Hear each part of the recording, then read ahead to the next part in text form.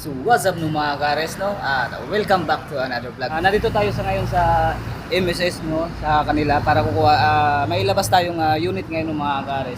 Ito ay tinatawag na Candy 800 no mga kares. So yung ilabas natin ngayon ay kulay red. Ayan. So ayan ang ilalabas natin kulay red. Oh, sinisit up na ni Sir GC yung battery para ready to go na yan. So, ayan. So, ito pala yung unit na ito mga guys. Ito yung Candy 800. Ay may mga bagong nabago na dito ng mga guys. No? Kasi yung sa dati kasi yung wala siyang charging port. At ito yung brake fluid is wala ano rin to clear yung dito. So ngayon ay yung ano niya ay malapad na. Ayan. Kasi yung dating nauna ay bilog, parang magbabilog lang maliit. Ayan. So ayan, so mamaya titingnan natin yung mga nabago dito sa unit na to. Ito yung ating tawag na Candy 800. Ayan.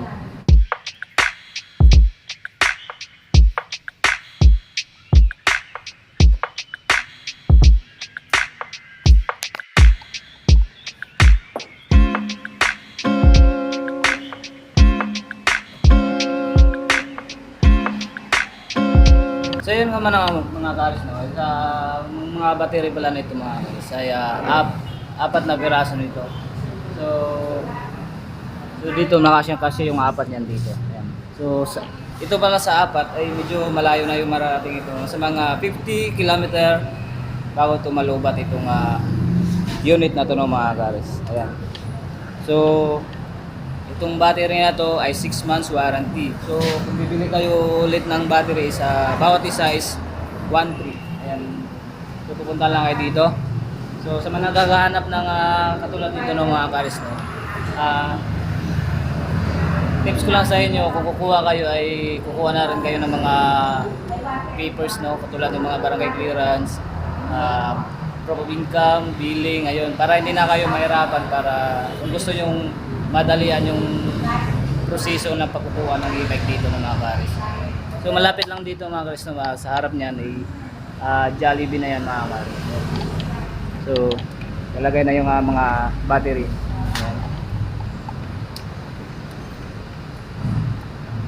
Siya nga pala ito pala si Sir Sir Mark. Ito pa si Sir Mark yung nag-aano sa mga application sir. Ayan. Ayun ma'am, ano yung mga manager natin. Manager ng MSS, ayan. So ito na mga kares, meron silang ano ito, 200 pesos. So meron silang timer dito. So ibig sabihin, pag mag-charge, halimbawa mag-full charge na siya, automatic siya namamatay pag may gamit ka nito. So ayan. So bibili tayo ng isang ganito para hindi siya mag-overcharge yung battery kasi pag nag-overcharge ng battery kasi lumulubo yung battery. Kaya madaling masisira. Kaya kailangan merong ganito kayo, timer. So titingnan natin kung paano isasaksak yung ating timer na mga karis. Sasaksak mo dito, sir. And Ayun charger niya. Oo, sir, sa charger. Tapos, kung sasaksakan nyo, i-set mo lang ng nasa 5, sir. 5 hours. Yan, sir. Set mo dun. 5 hours na hindi 6 Oo, years. sir. 5 to 6, sir. Depende sa magana, sir. Kung lobat na lobat o hindi na magana. Halimbawa kung kalahati lang. Pwede na sa 5, sir. 5. Set mo sa 5. Tapos, sir, isasaksak mo to. Kung mano na sa 5, sir, kung saan sa mga bahay, sir. Ito sir dito. Oo, sir, dito po. Tapos ito, Sa saksakan ko na sa bahay. doon sa bahay. Oo. Ito yung doon na sa may motor no, asa ano no. Oo, sir, sa So ayun ang mga ka-ares na. So na-explain na lang sir.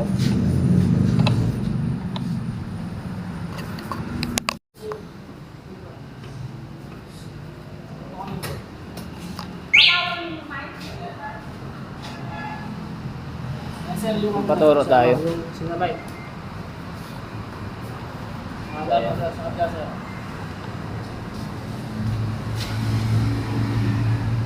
Tapos sir, ito yung ano, sir, yung 6,000. Nakain yan, sir. Sila. Para niya kaya yung sinunod mo. Tapos niya po ba yan? Tapos, niya po. Kaya po ba yan eh? High. High and low. High and low yan po. Basta yung dito, off yan. No? Apit po yung off na yun. Yan, pag ano na. Tapos po dyan po, kaya lang gear. Ah. Gear 1. Ay, tang mabilis. Oh, gear 1 po. Tapos kaya po yung buriya po bilis ang pagya. Kaya po gear 2. Tapos yung buriya na lang po malulis. Kaya po gear 3.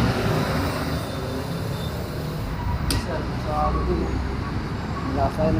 So sa pag-operate niyan sir, baka paano yung pag-operate? Ay, sir, sa ano sir? Sa ano sir, titogram na ng mga 3 beses. 1, 2, 3. Yan sir. Tapos pag patay mo sir. Yan sir. Pindutin lang yung Oo lock. sir. Ang lock. Sige nga, ulitin nga natin.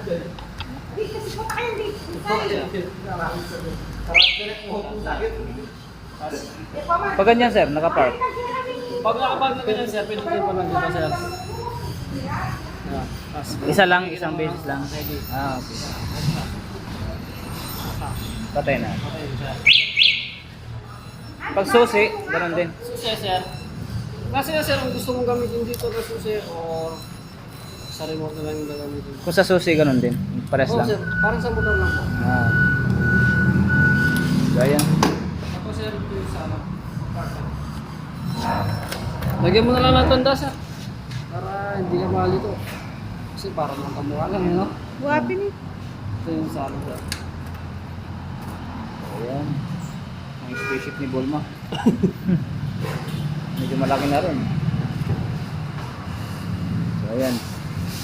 So, try natin yung susi. Ang susi naman yung isa. Sir. Sir. Pag ganyan, tapos pipinditon agad dito ng kahit isa. Oo sir, yan. Halimbawa, yan no. Naka-park, tapos pindot lang po ng isa. Ah. Ready na po.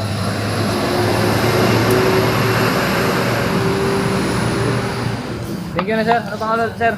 JC sir. JC. Sir JC, thank you. Sir Mark. Thank you, Sir Mark. Baka may shoutout ka dyan.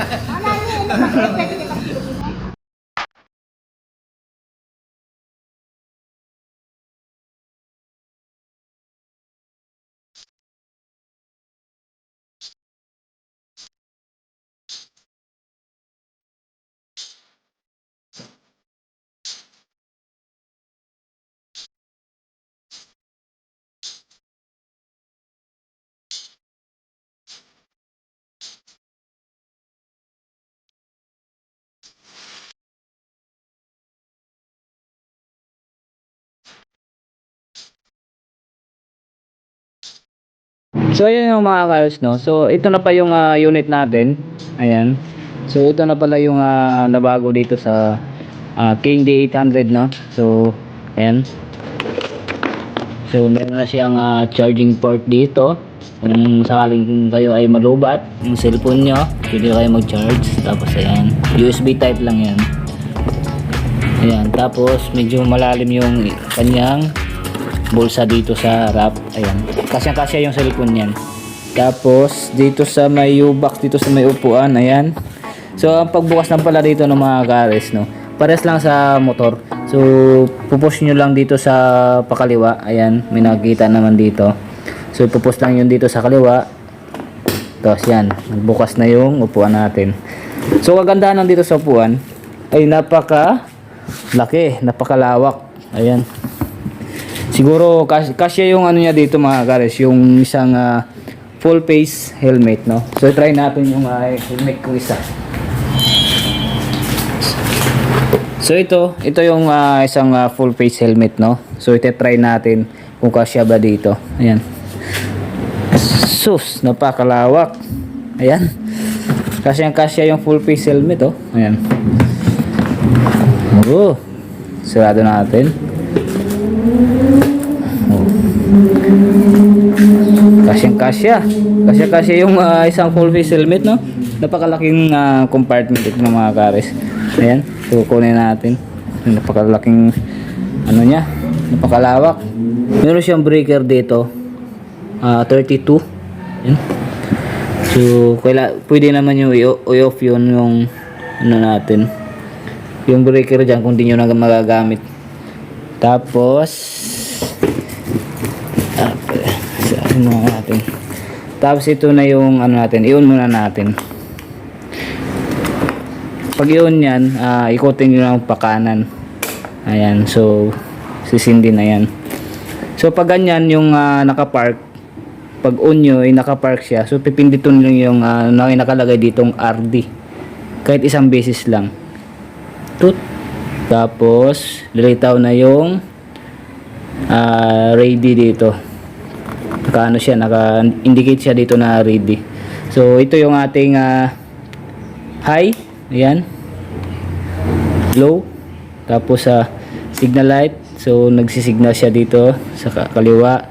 So mag-off siya diyan sa gitna lang. Tapos pakanan, ayan. So ang kagandahan lang dito ng mga gares ay LED na yung kanilang signal light, no? Pati yung headlight niya.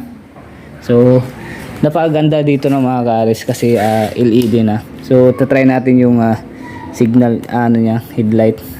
So yan. So ito na yung headlight niya ng mga gares, no? LED na yan. Naka-low yan, naka-low, tapos high, low, high, low. Ayan. So di ba? Kagandahan, LED na. So yun pa dito, ano napakaganda rin. Kasulid yung plastic niya. So i-off muna natin yung signal light. Tapos yung busina niya, medyo malakas na rin, no?